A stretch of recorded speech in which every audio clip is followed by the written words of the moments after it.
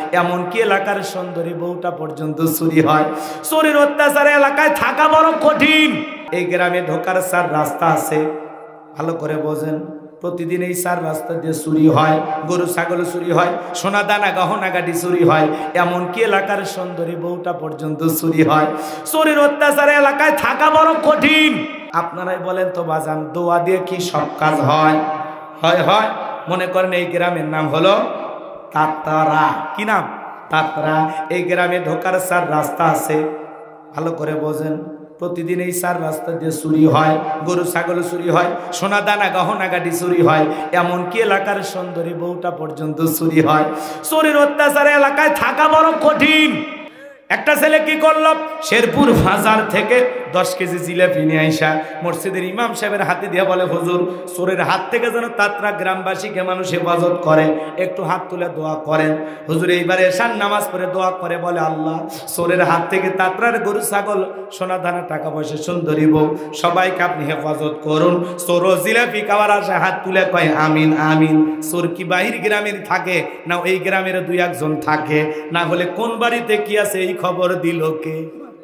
বোঝে না, বোঝেন না। উদাহরণ দিতেছে, আপনি বলি না এই গ্রামের লোক চোর, বলি নাই এটা উদাহরণ দিতেছি। আবার ভাইবেন না, এক জায়গায় ওয়াজ করছি, বাদশার নাম কয়েকবার নিছি, কয় হুজুর বারবার খালি বাদশা, সব দোষ কি বাদশা? আমি সেই বাদশা। হুজুর কি অপরাধ করছি বলেন হুজুর? তো এরকম যেন ভাইবেন না, একটু উদাহরণ দিতেছি কথাকে বোঝানোর জন্য। রাগ করতেছেন মনে হয় আমার ভাইয়েরা। তাহলে বলেন তো, চুরির জন্য দোয়া করে কি চুরি বন্ধ করা যায়? চুরি বন্ধ করতে গেলে ইমাম সাহেব যদি বলতো, এ তাতরার যুবকেরা, এই গ্রামে ঢোকার 4 রাস্তা আছে, এই 4 রাস্তার মোড়ে মোড়ে মাগরিব থেকে ফজর পর্যন্ত বাংলার লাঠি নিয়ে দাঁড়ায় থাকবা, চোরকে দেখা মাত্রই ওই লাঠি দিয়ে এমন পিটাইবা, শহীদ মেডিকেল কলেজে জানো, শহীদ মেডিকেল কলেজ হাসপাতালে জানো কমপক্ষে 6 মাসে মাজা সোজা না করতে পারে। কথা বলেন ঠিক কিনা? তাহলে কি চোর হাত তুলে আমিন কইতো নাকি তওবা করে ভালো হয়ে যেত? এই জন্য বাজান, চুরি যদি বন্ধ করতে চান আল্লাহর আইন লাগবে, আল্লাহর কোরআন দিয়া চোরের বিচার করা লাগবে। চুরি করলে হাত কেটে দাও। একজন চোরের হাত কেটে বাইতুল মুকাররমের সামনে নিয়ে আইসা মিডিয়ার মাধ্যমে যদি ফালাও করে প্রচার করা হতো, তাম পৃথিবীবাসী জেনে যেত বাংলার জমিনে আল্লাহর আইন কায়েম হয়ে গেছে, চুরি করলেই চোরের হাত কেটে দাও। কথা কয় না? এই একটা আইন যদি চালু করা হয় আর একটা চোরের হাত কেটে যদি মিডিয়াতে প্রচার করা হয়, বাকি চোরেরা তওবা করে তাহাজ্জুদ পড়া শুরু করবে। ও বলবে ভিক্ষা করে খাবো, তারপরেও চুরি করব না, চুরি করব না। মানুষ চলবে কিভাবে, কোন নিয়মে, কোন আইনে মানুষ চলবে সোজা, এটা আল্লাহর চাইতে কি আমরা বেশি বুঝি? যখন আমরা বলি হাত কাটার আইন কয়টা ব্যাকডেট, এটা চলবে না, বহুত পুরাতন আইন। আমেরিকা লন্ডনের আইন থেকে চুরি দুর্নীতি ডাকাতি বন্ধ করা যাচ্ছে, ধর্ষণ বন্ধ করা যাচ্ছে। তার মানে বোঝা যায় মানব রচিত আইন দিয়া, মানব রচিত নিয়ম নীতি দিয়া সমাজের 1 ইঞ্চি মাটিতেও শান্তি প্রতিষ্ঠিত হবে না। শান্তির সুবাতাস বইবে তখন আল্লাহর কোরআন দিয়া সমাজ চলবে যখন। কথা কয় না, রাগ করতেছেন না? আল্লাহর আইন চান কারা কারা? একটু হাত তোলেন তো দেখি। লিল্লাহি তাকবীর। ও চাচা, আল্লাহর আইন চান? তা হাত তোলেন না কেন? বেটা সাহসও নাই না? লিল্লাহি তাকবীর। জমিন যার আইন চলবে সে আল্লাহর কথা বলে, ঠিক কিনা? হাত নামান। আলা লাহুল খলক ওয়াল আমরু, সৃষ্টি যার আইন চলবে সে আল্লাহর কথা বলেন, ঠিক কিনা? তাহলে চুরি দুর্নীতি খুন ধর্ষণ চাঁদাবাজি টেন্ডারবাজি এগুলো বন্ধ করতে হলে কোরআনের আইন মোতাবেক বিচার করতে হবে। কথা বলেন ঠিক কিনা? আল্লাহ বলেন ওমাল্লাম ইয়াহকুম বিমা আনজালাল্লাহু ফাউলাইকা হুমুল কাফিরুন। যারা আল্লাহর কোরআন দিয়া বিচার কার্য ফয়সালা করে না এরা হলো কাফের, এরা হলো কাফের, এরা হলো কাফের। কথা বলেন ঠিক কিনা? আল্লাহর আইন ভালো লাগে না, চলেন সামনের দিকে যায়। কষ্ট হচ্ছে মনে হয়। পুরো পৃথিবীর রাজত্ব আল্লাহ 4 জন মানুষকে দিয়েছিলেন। জোরে বলেন কয়জন? আরো জোরে। পুরো পৃথিবীর ক্ষমতা তো দূরের কথা, ছোট্ট এলাকার ক্ষমতা পাইলে তোর গরমে থাকা যায় না। কথা কোন ঠিক কিনা? রাগ করতেছেন মনে হয়। মক্কার একটা গোত্রীয় লিডার ছিল দলপতি, কথাকে বুঝতে পারছেন? এর নাম হলো মহাবীর আমর, কথাকে বোঝেন নাই? বর্তমানে যেরকম চেয়ারম্যান মেম্বার বলা হয়, একটা ওয়ার্ডের নেতা হলে সে হলো মেম্বার, ইউনিয়নের নেতা হলে চেয়ারম্যান, কথাকে বোঝেন নাই? মক্কা নগরীতে ছোট্ট একটা গোত্রের দলপতি লিডার, এর নাম হলো মহাবীর আমর। ভাইয়েরা আমার, নবীজি যখন হিজরত করে মদিনায় চলে গেলেন, এই মক্কার মহাবীর আমর প্রতিমার সামনে দাঁড়াইয়া লাত, উজ্জা, দেবদেবী, সরস্বতী, রাধাকৃষ্ণ, ভগবতী এগুলো প্রতিমার সামনে দাঁড়াইয়া শপথ করে বলতেছেন, যতক্ষণ আব্দুল্লাহ বেটা মুহাম্মদ সাল্লাল্লাহু আলাইহি সাল্লামের দেহ থেকে কাল্লাটা না ফেলাইতে পারবো, ততক্ষণ পর্যন্ত আমি এক ফোঁটা পানিও পান করব না। জোরে কন্যা উজুবিল্লাহ। আমার নবীর কাল্লাটা ফেলা দিতে চাই, কারণটা কি? আমার নবীকে আর পাকা ধানে মই দিছে? কথা কোন ভাই? ঘুম আসছে? দোয়া করব? লিল্লাহি তাকবীর। নবীর মাথা নিতে চাই। নবী কি ওর বাড়িতে কোনো কিছু চুরি করছে? তাহলে আপনার আমার নবীর কোনো অপরাধ নাই, অপরাধ একটাই, নবী কালেমার দাওয়াত দেয়, ইসলামের প্রচার করে, কোরআনের দাওয়াত দেয়, এক আল্লাহর পথে মানুষকে আহ্বান করে, তাওহীদের কথা বলেন, রিসালাতের কথা বলেন। ওদের ধারণা হলো আমরা 33 কোটি দেবতা মানি, এরপরে জীবনে কত সমস্যা, আর এক আল্লাহর ইবাদত করলে নাকি সব সমস্যার সমাধান। এই জন্য ওরা সহজেই এ দাওয়াতকে গ্রহণ করলেন না। প্রতিমার সামনে দাঁড়ায় বলতেছে, যতক্ষণ না মুহাম্মদ সাল্লাল্লাহু আলাইহি সাল্লামের কাল্লা না ফেলাইতে পারবো, ততক্ষণ পর্যন্ত এক ফোঁটা পানিও পান করব না। এই শপথ গ্রহণ করে মদিনার পথে রওনা করলেন। খবরটা বিশ্ব নবীর কানে আমার আল্লাহ তাআলা পৌঁছায়া দিলেন। নবীজি যখন খবর জানতে পারলেন মক্কার মহাবীর আমর আমার মাথা নেওয়ার জন্য রওনা করেছেন, টেনশনে পড়ে গেলেন। সাহাবায়ে কিরামদেরকে ডেকে বললেন, ও আমার সাহাবীরা, মক্কার মহাবীর আমর আমার মাথা নেওয়ার জন্য রওনা করেছে, তোমরাই বলো কি করা যায়? নবীর প্রিয় সাহাবী হযরত ওসমান ডেকে বলেন, নবী গো, আপনি আল্লাহর এত বড় নবী, আল্লাহর কাছে হাত পেতে দোয়া করেন, আল্লাহ ওই মক্কার মহাবীর আমর আমার কাছে পৌঁছার আগে ওর হাত পা প্যারালাইজ করে দেন, জমিন থেকে ওরে বিদায় করে দেন। আপনি দোয়া করতে দেরি, আমার আল্লাহ দোয়া কবুল করতে দেরি করবে না। নরম মানুষ, দোয়ার পক্ষে কথা বলেন ঠিক কি না? কিন্তু বাজান গো আমার, সব সময় তো দোয়া দিয়ে কাজ হয় না, কথা বলেন ঠিক কি না? আমার নবীজি ওসমানের কথা শুনে হাত তুলে দোয়া করা শুরু করলেন। আসমান থেকে আমার আল্লাহ ডেকে বলে, জিবরাইল আর করিস না দেরি, আমার বন্ধুরে শোনায় দে তাড়াতাড়ি।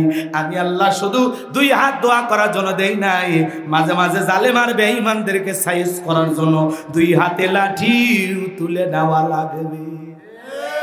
আরো আস্তে কোন লিল্লাহি তাকবীর। জিবরাইল এসে বলেন, নবী দোয়া কবুল হবে না, হাত নামান। কথা বোঝেন নাই?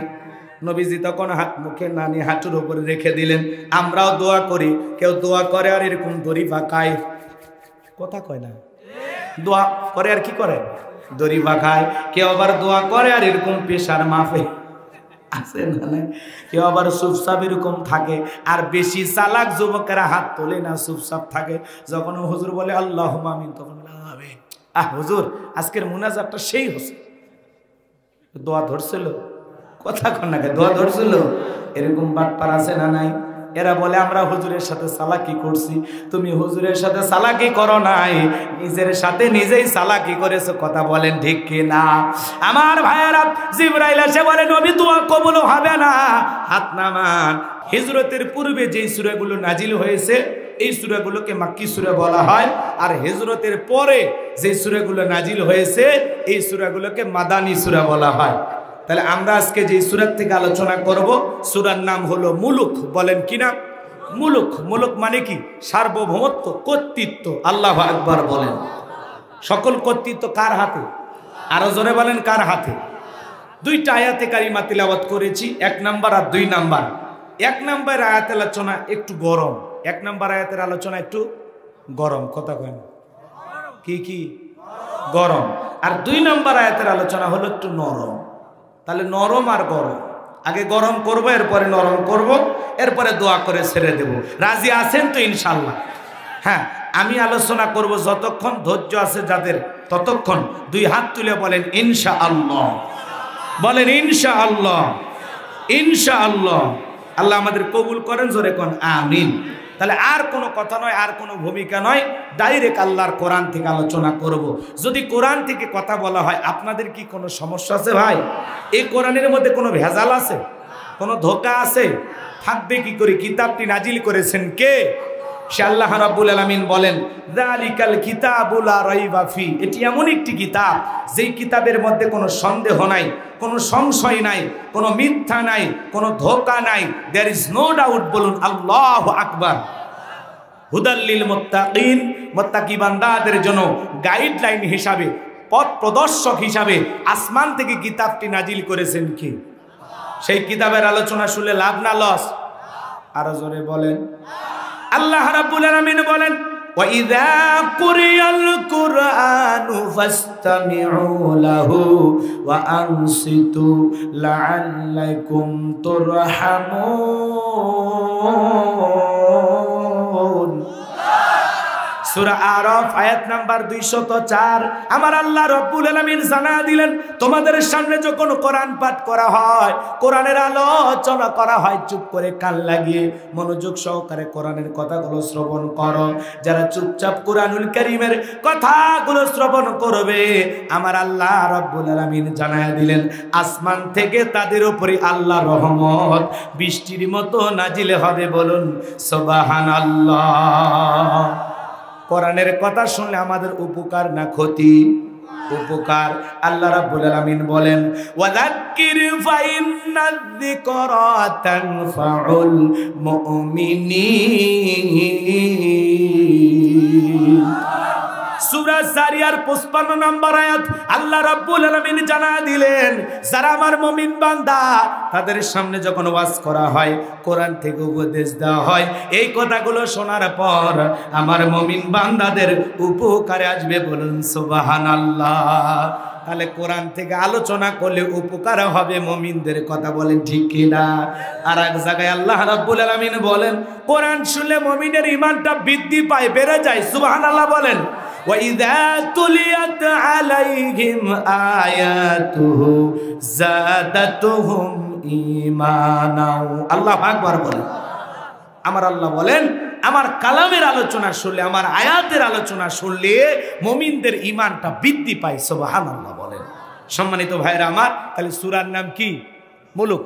একটু জবান ছেড়ে সবাই আমার সাথে মুহাব্বতে আওয়াজ দিয়ে পড়ুন, আউযু বিল্লাহি মিনাশ শাইতানির রাজীম। বিসমিল্লাহির রাহমানির রহিম। বিতাড়িত মুরতাদ শয়তানের কাছ থেকে আল্লাহ পাকের কাছে আশ্রয় প্রার্থনা চাচ্ছি।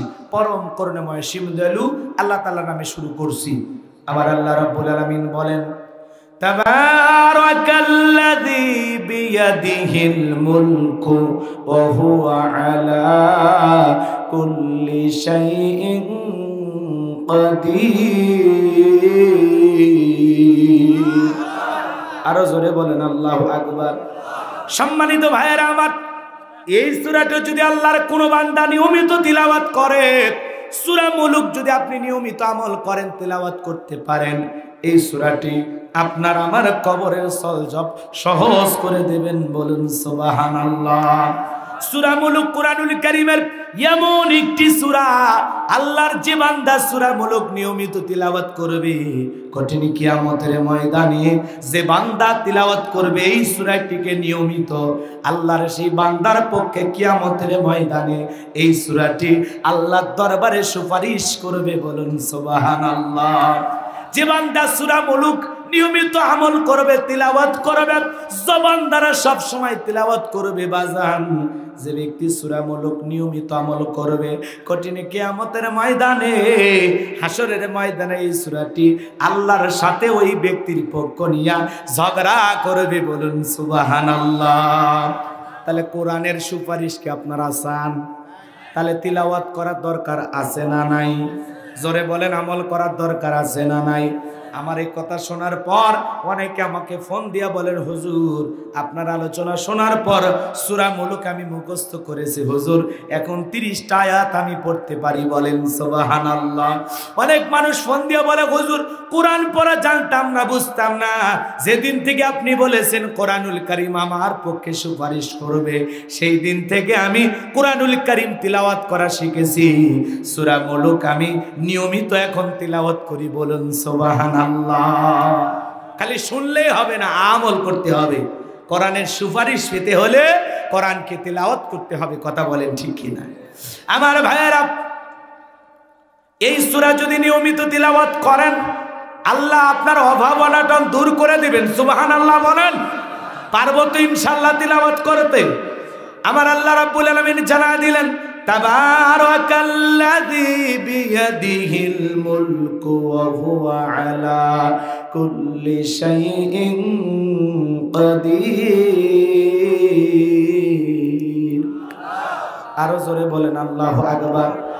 আমার আল্লাহ ডেকে বলেন, মহামান্বিত সেই সত্তা যার হাতে সর্বময় কর্তৃত্ব, রাজত্ব পাওয়ার ক্ষমতা, তিনি হলেন সর্ববিষয়ে শক্তিবান। তাহলে সকল ক্ষমতার একমাত্র মালিক কে? আরো জোরে বলেন কে? আল্লাহর চাইতে বড় ক্ষমতাধর কেউ আছে? ওয়ালাম ইয়াকুল লাহু কুফুয়ান আহাদ। আল্লাহু আকবার বলেন। আসমান আর জমিনে আল্লাহর সমকক্ষ, আল্লাহর সমতুল্য কেউ নেই, বলেন আল্লাহু আকবার। তাহলে সকল ক্ষমতার চাবিকাঠি কার হাতে? আল্লাহর চাইতে আসমান আর জমিনে বড় ক্ষমতাধর কেউ আছে? আসমান জমিনের মালিক কে? আল্লাহ রাব্বুল আলামিন বলেন, লিল্লাহি মুলকুস সামাওয়াতি ওয়া মা ফিল আরদ। বলেন আল্লাহু আকবার। আসমান জমিনের একচ্ছত্র মালিকানা কার? সকল ক্ষমতার একমাত্র মালিক কে? সে আল্লাহ রাব্বুল আলামিন বলেন, তাবারাকাল্লাযী বিয়াদিহিল মুলকু ওয়া হুয়া আলা কুল্লি শাইইন কাদির। মহামান্বিত সেই সত্তা যার হাতে সর্বময় কর্তৃত্ব, রাজত্ব পাওয়ার ক্ষমতা, তিনি বলেন সর্ববিষয়ে শক্তিবান। সর্ববিষয়ে শক্তিবান। আল্লাহর চাইতে বড় ক্ষমতাধর আসমান জমিনে কেউ নাই, কথা বলেন ঠিক কিনা? তাহলে সকল ক্ষমতার একমাত্র মালিক কে? এই কথার স্বীকৃতি দিতে আপনাদের কষ্ট হচ্ছে নাকি? তাহলে চিৎকার মেরে বলেন, সকল ক্ষমতার একমাত্র মালিক কে? আল্লাহর চাইতে বড় ক্ষমতাধর পৃথিবীতে কেউ আছে? আসবে? হতে পারে? সম্ভব না। কথা ক্লিয়ার? তাহলে সকল ক্ষমতার চাবিকাঠি কার হাতে? আল্লাহর চাইতে বড় ক্ষমতাধর কেউ নাই। তাহলে ক্ষমতার মালিক সে আল্লাহ রাব্বুল আলামিন বলেন, কুলিল্লাহুম্মা মালিকাল মুলকি তুতিল মুলকা মিম্মান তাশা ওয়া তানজিউল মুলকা মিম্মান তাশা ওয়া তুইজ্জু মান তাশা ওয়া তুযিল্লু মান তাশা বিয়াদিকাল খায়র ইন্নাকা আলা কুল্লি শাইইন কাদির। কুলিল্লাহুম্মা মালিকাল মুলকি তুতিল মুলকা মান তাশা ওয়া তানজিউল মুলকা মিম্মান তাশা ওয়া তুইজ্জু মান তাশা ওয়া তুযিল্লু মান তাশা বিয়াদিকাল খায়র ইন্নাকা আলা কুল্লি শাইইন কাদির। সূরা আলে ইমরানের 26 নম্বর আয়াতে আল্লাহ রাব্বুল আলামিন জানা দিলেন, রাজত্ব দেওয়ার মালিক আমি আল্লাহ। ক্ষমতা দেওয়ার মালিক কে? জোরে। ক্ষমতা দেওয়ার মালিক কে? রাজত্ব কেড়ে নেওয়ার মালিক কে? সম্মানিত করার মালিক কে? লাঞ্ছিত করার মালিক কে? সকল কল্যাণের চাবিকাঠি কার হাতে? তিনি হলেন সর্ব বিষয়ে শক্তিমান। আল্লাহু আকবার বলেন। তাহলে আমার আল্লাহ ডেকে বলতেছেন রাজত্ব দেওয়ার মালিক আমি আল্লাহ। রাজত্ব দেওয়ার মালিক কে? ক্ষমতার চেয়ারে বসানোর মালিক কে? আবার চেয়ার থেকে নামানোর মালিক কে? কাউকে ক্ষমতা দিয়ে আল্লাহ সম্মানিত করে। যারা সমাজে আদল ইনসাফ প্রতিষ্ঠিত করে, মানুষের অধিকার প্রতিষ্ঠিত করে, কথা বলেন না কেন? ইসলামের কল্যাণে, মানবতার কল্যাণে, মানুষের কল্যাণে ভালো ভালো কাজ করে, ক্ষমতার চেয়ারে বসায়াও মানুষকে সম্মানিত করে, ইজ্জতের আসনে আল্লাহ বসায়। কথা বলেন ঠিক কিনা? কাউকে ক্ষমতা দিয়ে আল্লাহ সম্মানিত করে, আবার কাউকে ক্ষমতার চেয়ারে বসায়াও আল্লাহ লাঞ্ছিত করে। কথা বলেন ঠিক কিনা? একটু কথা বলা লাগবে, একটু কথা বলা লাগবে। আল্লাহ কাউকে ক্ষমতার চেয়ারে বসায়, এটা আল্লাহর দেওয়া আমানত। যারা মনে করে আল্লাহ আমাকে আমানত দিয়েছেন, আল্লাহ আমাকে এই জায়গায় কবুল করেছেন, আমার কিছু ছিল না, আমার কেউ ছিল না, যে আল্লাহ পাক সম্মান দিয়ে আমাকে ক্ষমতার চেয়ারে বসাইছেন, আমি সে আল্লাহ রাব্বুল আলামিনের কৃতজ্ঞতা প্রকাশ করব।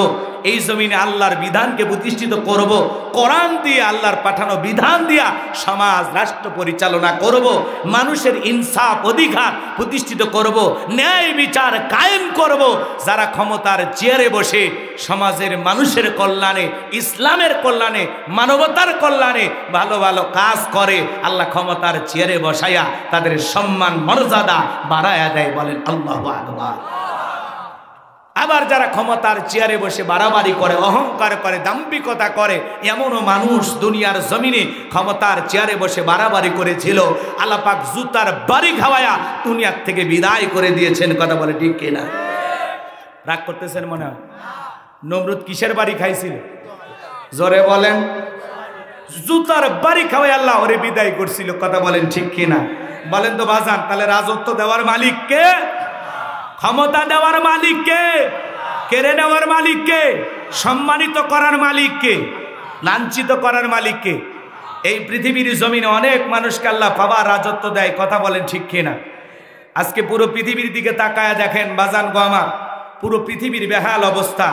আজকে পুরো পৃথিবীতে যারাই ক্ষমতাধর হোক না কেন, দেখবেন দাম্ভিকতা, এই পৃথিবীর জমিনে দাম্ভিকতা, অহংকারে তারা কি করে? এই যে চীনের ক্ষমতাধর প্রেসিডেন্ট কি করতেছে জানেন? শত শত মসজিদকে ভেঙে গুড়িয়ে দিচ্ছে। নাউজুবিল্লাহ বলবেন না? চীনের জমিনে মুসলমানদের ইবাদত করার জায়গাগুলো তারা ভেঙে গুড়িয়ে দিচ্ছে। 2 কোটির ওপরে মুসলমান বসবাস করে, 39,000 মসজিদ। আল্লাহু আকবার বলেন। আমার ভাইয়েরা, সেই চীনের বর্তমান প্রেসিডেন্ট শি জিনপিং, এরা হলো সমাজের নরপশু, মানবরূপী কীটনাশক। কথা কয় না কেন? কীটনাশক চেনেন তো আপনারা? এরা পুরো পৃথিবী আস্তে আস্তে ধ্বংস করার ষড়যন্ত্রে আছে। এরা চায় পৃথিবীতে শুধু আমরা বসবাস করব, আর কেউ বসবাস করবে না। কথা বলেন ঠিক কিনা? এই জন্য ভাইয়েরা আমার, এরা মানুষ মুখে মুখে বলে আমরা মানুষের অধিকার প্রতিষ্ঠিত করার জন্য কাজ করি, আসলে মূলত তা না। এরা পুরো পৃথিবীর মানুষদেরকে বিদায় করে দিতে চায়। এরা শুধু নিজের জাত গোষ্ঠীকে চেনে, অন্য জাতিকে এরা কখনো সম্মান করে না।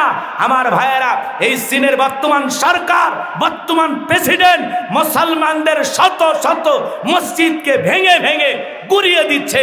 মুসলমানেরা প্রতিবাদ করার সাহসও পাইতেছে না। কথা বলে ঠিক কিনা? চীনের উইঘুরের মুসলমানদের অবস্থা খুবই খারাপ। চীনের উইঘুরের মুসলমানদেরকে ধরে নিয়ে যায় নির্যাতন চালানো হয়। মুসলমানের শরীর থেকে হাত পা কেটে গুলো আলাদা করে ফেলে দেওয়া হয়। শুধু কি তাই, যখন রমজান মাস আসে মুসলমানের মসজিদের ভিতরে মদের বোতল ছুঁড়ে মেরা হয়। শুধু কি তাই, মুসলমানকে ধরে দিনের বেলায় রোজা ভাঙানোর জন্য মুসলমানের মুখে যদি একটা মসজিদ থাকবে, 2টা 3টা মসজিদ থাকলে অতিরিক্ত এই যে মসজিদগুলো আছে এগুলোকে তারা ভেঙে ফেলে দিচ্ছে। তারাই চায় 2.5 কিলোমিটার পর পর মসজিদ থাকবে। এটা হলো চীনের সরকারের একটা গভীর ষড়যন্ত্র, মুসলমানের বিরুদ্ধে। কথা বলেন ঠিক কিনা? যারা আজকে ক্ষমতার দাম্ভিকতায় ক্ষমতার পেয়ে চীনের যে প্রেসিডেন্ট, চীনের যে সরকার আল্লাহর ঘর মসজিদকে গুড়িয়ে দিচ্ছে, ভেঙে দিচ্ছে, আল্লাহ একদিন ওর ক্ষমতার চেয়ারও ভেঙে দেবে, গুড়িয়ে দেবে। ওই জালেমকেও পৃথিবীর জমিন থেকে নমরুদ ফিরাউনের মতো আল্লাহ বিদায় করে ছাড়বে। কথা বলেন ঠিক কিনা? আল্লাহর ঘর মসজিদ ভেঙে ক্ষমতা দেখাচ্ছ, কথা বলেন না কেন আপনারা? মসজিদ কি অপরাধ করেছে? জমিন কি তোর বাবা? কথা বলে না কেন? এই জমিনের মালিক কি চীনের প্রেসিডেন্ট? জমিনের মালিক কে? আল্লাহর জমিনে আল্লাহর ঘর মসজিদ ভেঙে দাও। দাম্ভিকতায় ক্ষমতার অহংকারে আল্লাহর দরবারে এই সমস্ত জালেম নেতাদের বিচার হবে। কথা বলেন ঠিক কিনা? আল্লাহ এদের হেদায়েতের পথে কবুল করুন। জোরে বলুন আমিন। আরো জোরে বলুন আমিন। কষ্ট হচ্ছে আপনাদের?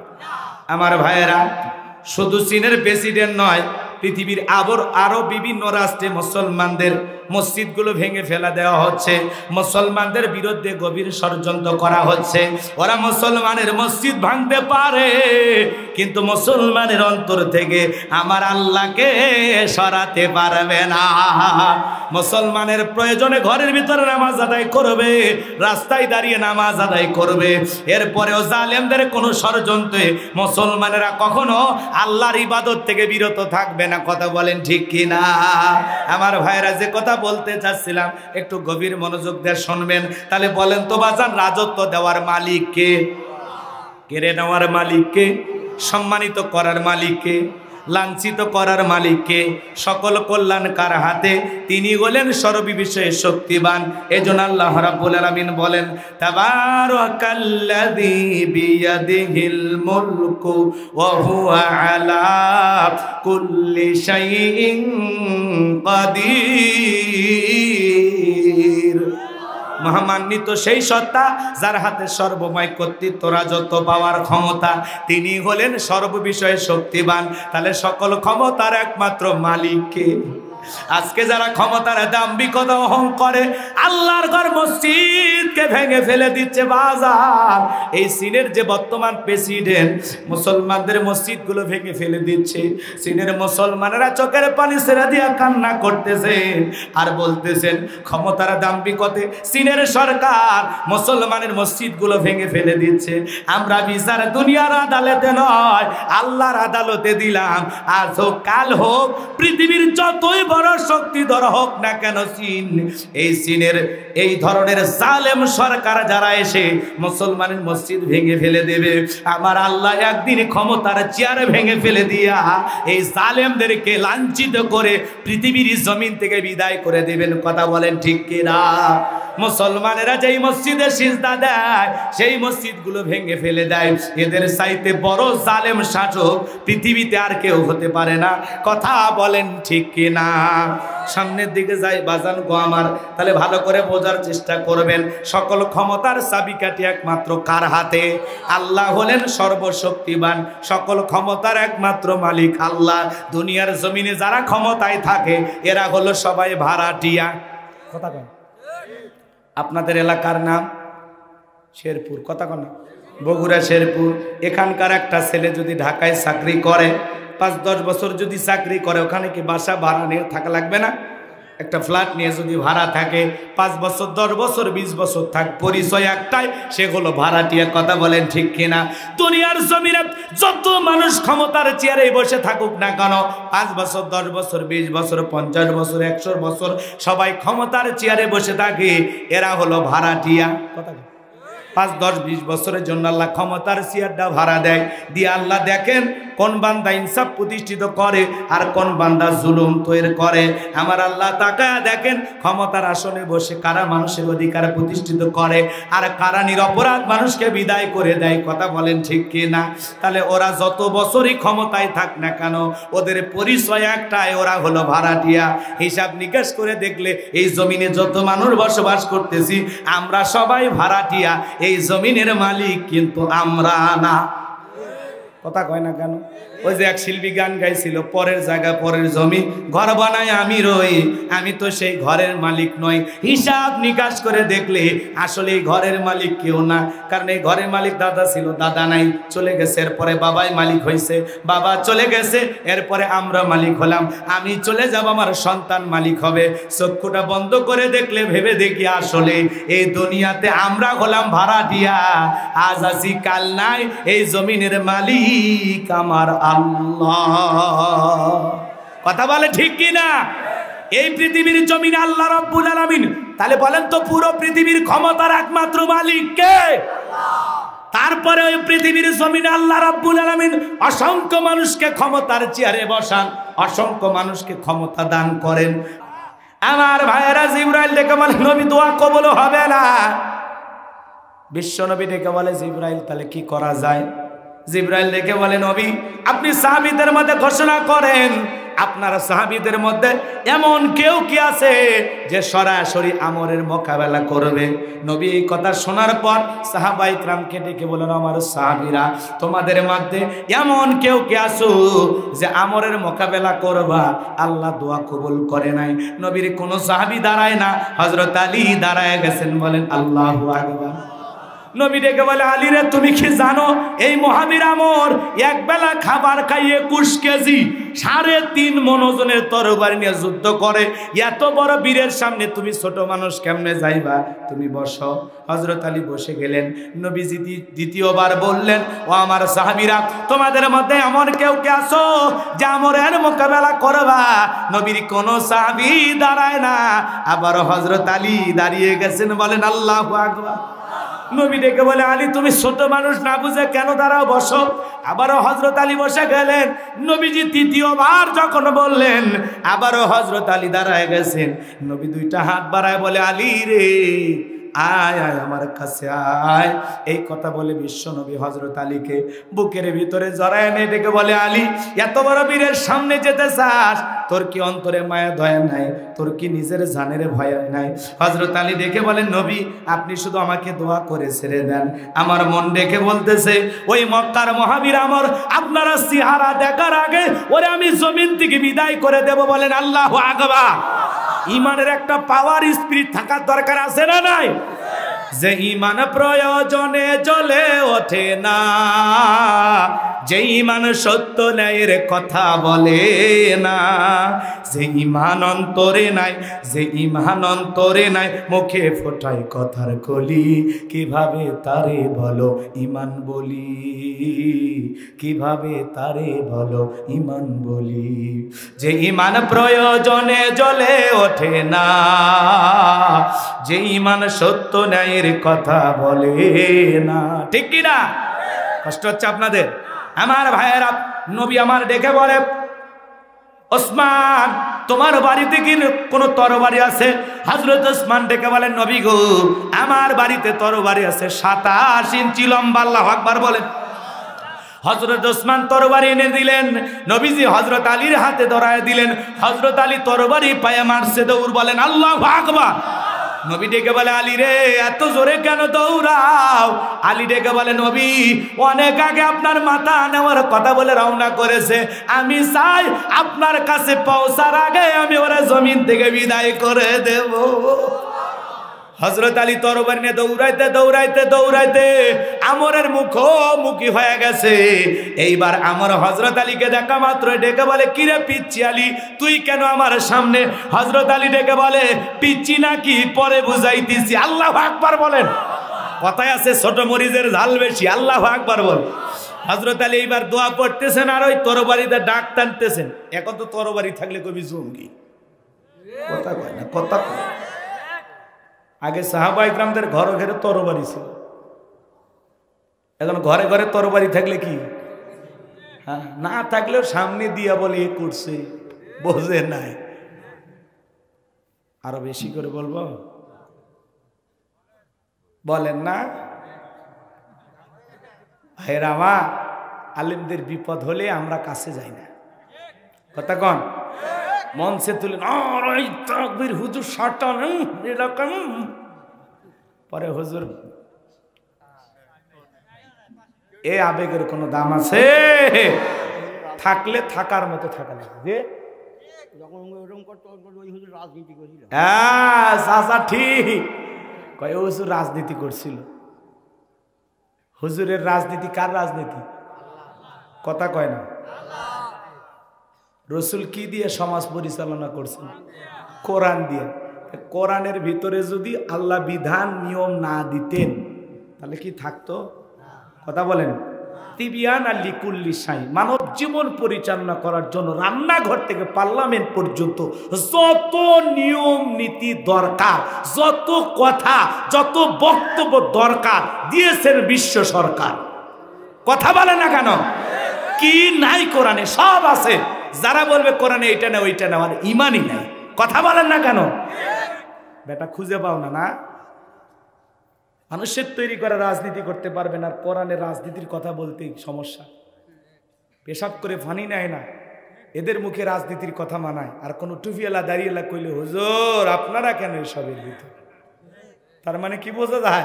অপবিত্র মানুষেরা এগুলো করবে আর পবিত্র মানুষেরা করবে না, না? তার মানে ওরা যেটা বলে ঠিকই বলে। কারণ আমাদের স্লোগান থাকা লাগবে যে আমাদের রাজনীতি মানুষের তৈরি করা নয়, এটা আল্লাহর তৈরি করা।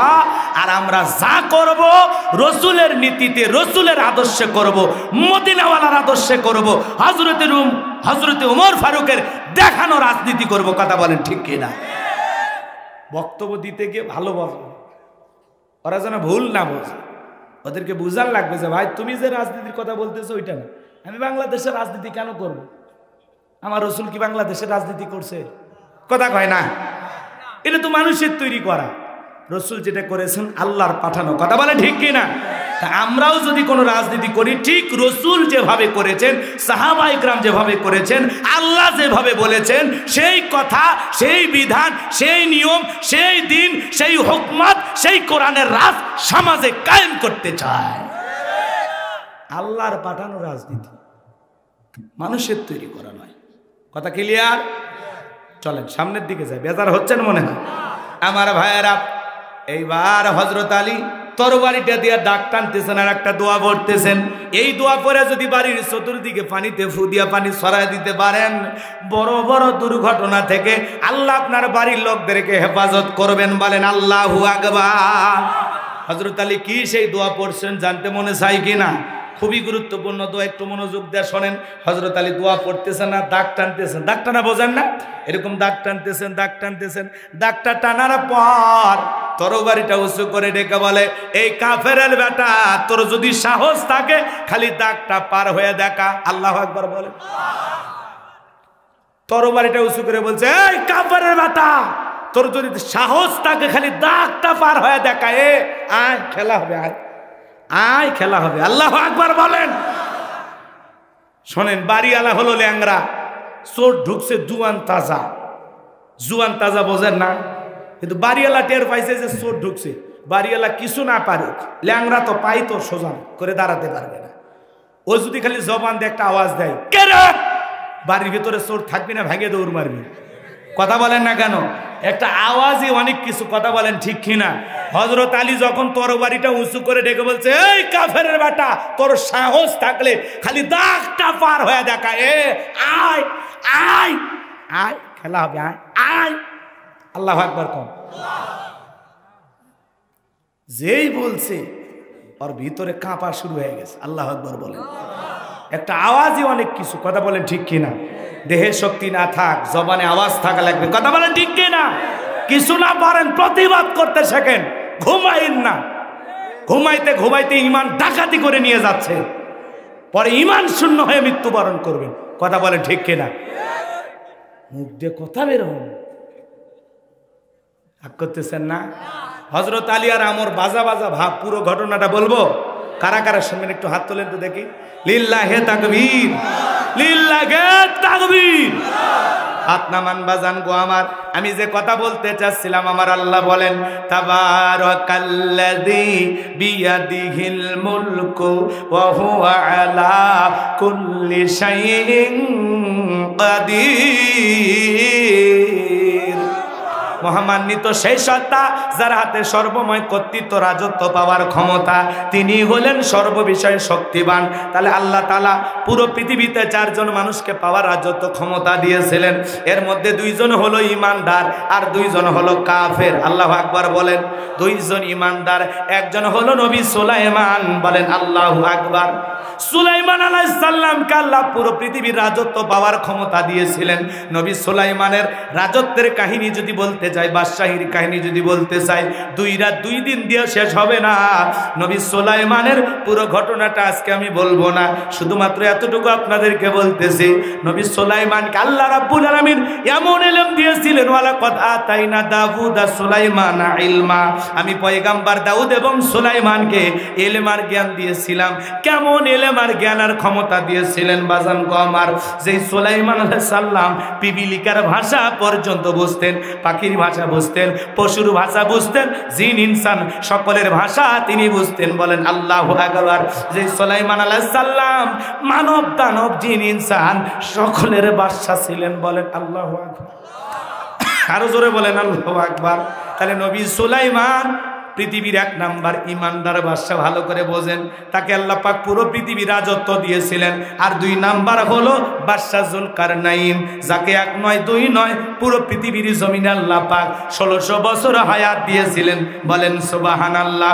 বাদশা জুলকারনাইনের ইতিহাস বলতে গেলে লম্বা সময় হবে, আমি ওই দিকে আজকে কথা বাড়াবো না। আমি শুধু এতটুকু বলতে চাই, 1600 বছর আল্লাহ তাআলা তাকে ক্ষমতা দিয়েছিলেন। সূর্য উদয় হইতে সূর্য অস্তগামী পর্যন্ত, পূর্ব থেকে পশ্চিম পর্যন্ত পুরোটা পৃথিবী আল্লাহর গোলাম সফর করেছিলেন, বলেন আল্লাহু আকবার। আল্লাহ পাক তাকে একটা ঘোড়া দিয়েছিলেন। এই পৃথিবী ভ্রমণের জন্য যদি ঘোড়ায় উঠে চাবুক মারতেন, এক এক কদমে হাজার হাজার করে মাইল ওই ঘোড়া রাস্তা চলতো। 1600 বছর ক্ষমতায় থাকার পরেও কোনোদিন মানুষের প্রতি অন্যায় অবিচার করে নাই। সারাটা জীবন মানুষের কল্যাণে, মানবতার কল্যাণে ভালো বাদশা জুলকারনাইন, বলেন আল্লাহু আকবার। আপনি মাতবাড়ি করেন, কথা কয় না, উনি কত বছর ছিলেন? 1600 বছর। আল্লাহু আকবার বলেন। এরপরেও বিন্দু পরিমাণ দাম্ভিকতা করে নাই, আল্লাহর গোলাম হিসাবে মাথা নত করে, ক্ষমতা আমানত মনে করে সারাটা জীবন কাটিয়েছেন মানুষের কল্যাণে, কথা বলেন ঠিক কিনা? তাহলে 2 জন ইমানদার বাদশাকে আল্লাহ পুরো পৃথিবীর বাদশাহী দান করেছিলেন। 1 নাম্বার নবী সুলাইমান আর 2 নাম্বার বাদশা জুলকারনাইন। আর 2 জন কাফেরকে আল্লাহ পুরো পৃথিবীর রাজত্ব পাওয়ার ক্ষমতা দিয়েছিলেন। এর মধ্যে একজন হলো জালেম বাদশা বখতেনাসর। জোরে বলেন কি নাম? আরো জোরে বলেন। বখতেনাসর। এই বাদশা বখতেনাসর সেই জামানায় আল্লাহ রাব্বুল আলামিন তার একজন পয়গম্বরকে পাঠাইছিলেন, যে নবীর নাম হলো দানিয়েল আলাইহিস সালাম, বলেন আল্লাহু আকবার। নবী দানিয়েল তার সম্প্রদায়ের মানুষকে দাওয়াত দেয়, সুন্দর করে কথা বলেন। বনি ইসরাইলের উম্মতদেরকে ডেকে বলেন, ইয়া বনি ইসরাঈল আযকুরু নি'মাতি আল্লাতী আন'আমতু আলাইকুম ওয়া আন্নী ফাদ্দালতুকুম আলাল আলামিন। নবী দানিয়েল ডেকে বলেন, এ বনি ইসরাইলের উম্মতেরা, দাম্ভিকতা করো না, অহংকার করো না। তোমাদের বাপ দাদা কৃতদাস ছিল, গোলাম ছিল, দাসত্ব জিন্দেগি ছিল। সেই দাসত্বের জিন্দেগি থেকে, গোলামের জীবন থেকে আল্লাহ পাক সুন্দর জীবন তোমাদেরকে দান করেছে। বিদায় দাম্ভিকতা করো না, অহংকার করো না, এক আল্লাহর ইবাদত করো। গাছের পূজা করো না, মাছের পূজা করো না, চন্দ্রের পূজা করো না, সূর্যের পূজা করো না, মাছের পূজা করো না, এক আল্লাহর ইবাদত করো। উম্মতেরা ডেকে বলে, নবী দানিয়েল, পুরান দিনের গল্প শোনায় লাভ নাই, বাপ দাদা কি করেছিল ওইটা আমরা জানতে চাই না। আমরা ভালো আছি, সুখে আছি, খাবার দাবারের অভাব নাই, স্ত্রী সন্তান সবকিছু নিয়ে ভালো আছি। এক আল্লাহর ইবাদত আমরা করতে পারবো না। নবী দানিয়েল আলাইহিস সালাম দিনে দাওয়াত দেয়, রাতে দাওয়াত দেয়, বিভিন্ন ভাবে তাদেরকে বোঝানোর চেষ্টা করেন। কিন্তু বনি ইসরাইলের উম্মতেরা ছিল একটু ঠেটা, ডাকলেও একদিক দেখা হয়ে যায়। বোঝেননি? বুঝেননি? ঠেটা বোঝেন না? বগুড়ের মানুষ বোঝেন তো নাকি? ঘাড়ে রক বেকা, হুজুর ওয়াজ করে বুঝায় একটা, ও বোঝে আর একটা। কথা কয় না কেন? রাগ করেন না বাজান গো আমার। ঠেটা ঠেটা ঠেটা, গাড়ির একটা রোয়াক বেকা, এরকম টাইপের মানুষ ছিল বাজান গো আমার। নবী দানিয়েল সালাম সুন্দর করে বোঝায়, দাম্ভিকতা করো না, অহংকার করো না, এক আল্লাহর ইবাদত করো। কিন্তু পয়গম্বরের দাওয়াত তারা ঘৃণা ভরে প্রত্যাখ্যান করলো, নবীর দাওয়াত তারা গ্রহণ করলো না। এরপরে নবী হাল ছাড়ার বান্দা না, নাসর বান্দার মতো দাওয়াত দিতেই থাকলেন, আর ওদের দাম্ভিকতা অহংকার বাড়তেই থাকলো। নবী দানিয়েল সালাম তখন তাদের উদ্দেশ্য করে লক্ষ্য করে ডেকে বলে, শোনো, কোন কওমের মানুষ, কোন জাতির মানুষ যদি দাম্ভিকতা করে, খোদাদ্রোহী হয়ে যায়, আল্লাহ তখন তাদের ভাগ্যে দুই ধরনের আযাব আর গজব পাঠায়। একটা হলো আসমান জমিনের আযাব গজব দিয়ে আল্লাহ ওদেরকে ধ্বংস করে দেয়, আর না হয় তাদের ভাগ্যে জালেম শাসক পাঠাইয়া দেয়।